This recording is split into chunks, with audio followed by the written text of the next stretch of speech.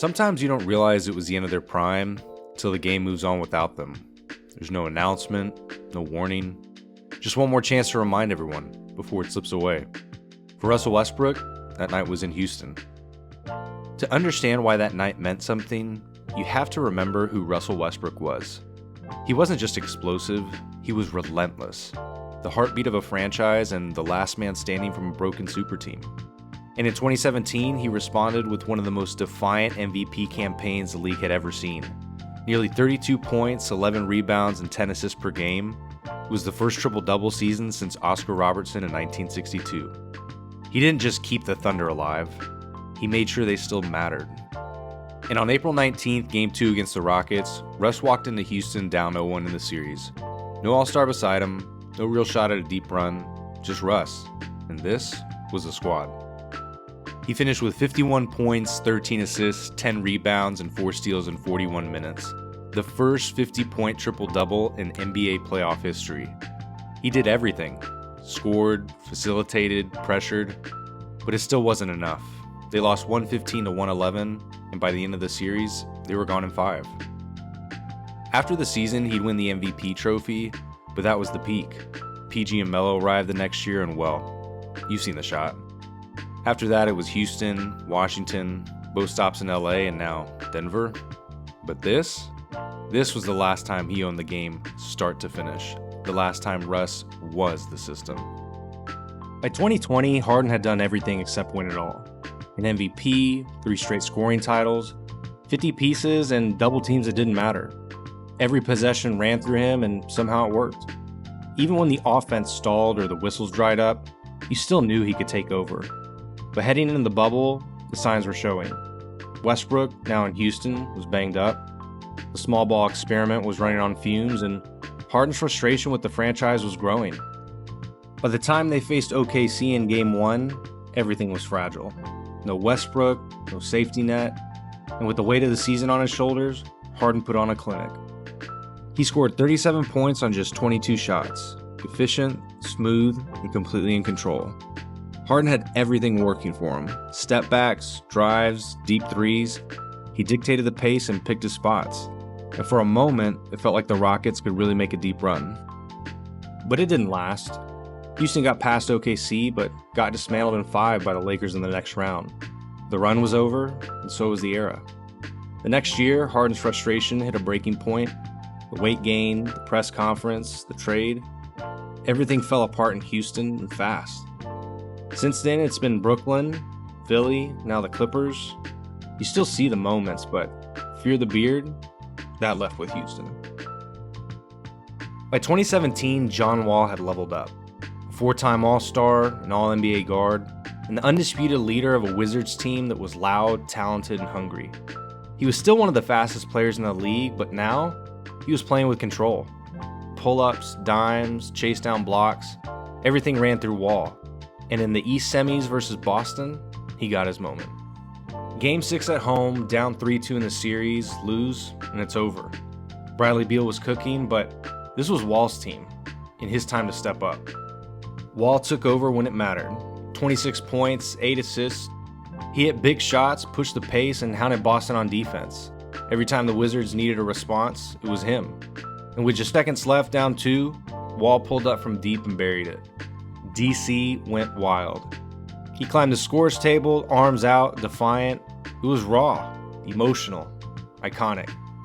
The kind of moment that made you believe. But it didn't last. They lost Game 7 in Boston, and the Wizards never made it back. That was their shot, and his. Injuries followed, the speed faded, and just like that, John Wall was gone from the spotlight. But that night in DC, that was the last time he truly felt unstoppable.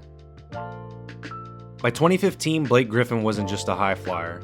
He had evolved into a ball-handling, playmaking forward that could run the offense and still posterize you in the lane. Lob City was fast, loud, and fun, but it was also real. And this was the best version of Blake Griffin we ever saw. By the time the first round hit, it already felt like the conference finals. Clippers versus Spurs, Lob City versus defending champs, with Game 7 in LA. Chris Paul was playing through a bad hamstring, Kawhi was ascending, and Tim Duncan still looked timeless. If the Clippers were going to survive, it had to come from Blake. And he delivered. with everything. 24 points, 13 rebounds, and 10 assists. He ran the offense when CP3 couldn't, bullied mismatches, and kept the Clippers steady every time the Spurs made a push. And with the game tied in the final seconds, it was CP3 who rose up and drilled the game winner. The highlight went to Paul, but the night belonged to Blake. The Clippers won that war, then went up 3-1 on Houston. But the collapse that followed changed everything, and that Lob City core never made it past the second round again. Injuries, collapses, bad luck, whatever window they had, slammed shut. But that Game 7 was Blake at his peak, and the final version of the star he was supposed to be. In 2013, Carmelo Anthony was at the top of his game. 6-time All-Star, a 2-time Olympic gold medalist, and now, the NBA scoring champion.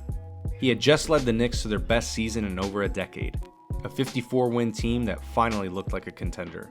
Melo was surgical. Jab steps, hezzies, contested fadeaways. In a Miami under the spotlight, he put on a show. The Heat were rolling, winners of 17 straight at home, but New York had won 8 in a row, and Melo was on a heater. It wasn't just a game, it felt like a measuring stick. 2 contenders, and one of the league's purest scorers ready to make a statement. Melo torched the Heat from the opening tip. Pull-ups, step-backs, threes in transition, nothing they threw at him worked. He dropped 50 points on just 26 shots. Shot 71% from the field, including 70% from 3. 0 foul baiting, just pure scoring. New York won by 12, and Melo walked out of Miami with one of the coldest performances of his career. Melo won the scoring title that year, and the Knicks beat Boston for their first playoff series win since 2000. But their run ended against the Pacers in the next round. The next few years brought injuries, chaos, and decline. Eventually, he was traded to OKC, then bounced to Houston, Portland, and the Lakers, before officially retiring in 2023. There were moments after that, but never another night like this. Just a pure scorer at his peak, reminding the league exactly who he was. By 2019, Klay Thompson had built a legacy without ever needing the spotlight. 5 straight finals appearances, 3 rings, and a reputation as one of the deadliest shooters the game had ever seen. But he was more than just a shooter. He guarded the best wing every night. He moved with the ball, cut with purpose, and always stayed ready. And in Game 6, with the dynasty on the ropes, Klay showed just how complete his game had become. Golden State was down 3-2 to Toronto, and KD had just torn his Achilles. And from the jump, Klay was locked in. Yeah, there were some bigger names on the court, but he was the one keeping the Warriors season alive. Klay came out firing. 30 points in just 32 minutes, threes on the move, buckets off curls. He was locked in on both ends, cutting, contesting, and flying around screens. Every time the Raptors pushed, Klay pushed back. Then came the breakaway. A foul in midair, an awkward landing, and a torn ACL. But Klay got up, limped back onto the court, and sank both free throws. It wasn't just tough, it was legendary, the epitome of a warrior. Golden State was up 5 when he left the game. They'd gone to lose by 4. The dynasty fell, and Klay wouldn't play again for over 2 years. He made it back in 2022 and helped win another ring, but he was never the same. The movement, the defense, the rhythm, it all came back in flashes, but never fully. He's still a champion, still a Splash Brother, but that night in Oracle, that was vintage Klay, and one of the most courageous exits we've ever seen. At his peak, DeMarcus Cousins was a problem. A 2-time All-NBA center and one of the most skilled big men the league had seen in years. Post work, handles, touch, vision. He was putting up 25 and 12 like it was nothing and doing it with attitude. But for all the numbers and dominance, it hadn't translated to wins. And in 2018, he finally had help. Teamed up with Anthony Davis in New Orleans, Boogie was putting together the best season of his career. He wasn't just dominating, he was finally winning. January 22nd, 2018. The Pelicans were 25 and 21, fighting to stay in the West playoff picture, and hosting a Bulls team they should have handled. And in a game that went to double overtime, Boogie wasn't just good, he was everywhere. 44 points, 24 rebounds, and 10 assists. The first 40-20-10 game in over 40 years. He hit threes, controlled the glass, facilitated out of the post, and in double overtime, he just kept going. The Pelicans outlasted the Bulls 132-128, and it was Boogie at his absolute peak. 4 nights later, it all unraveled. Torn Achilles against Houston and the best season of his career, gone in an instant.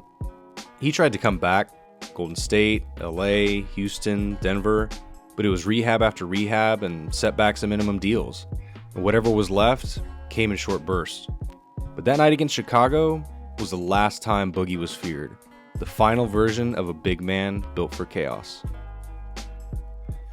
He had plenty of moments. The wave, the 71-point barrage.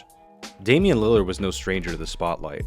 But this wasn't about a buzzer beater or a stat line against a tanking team.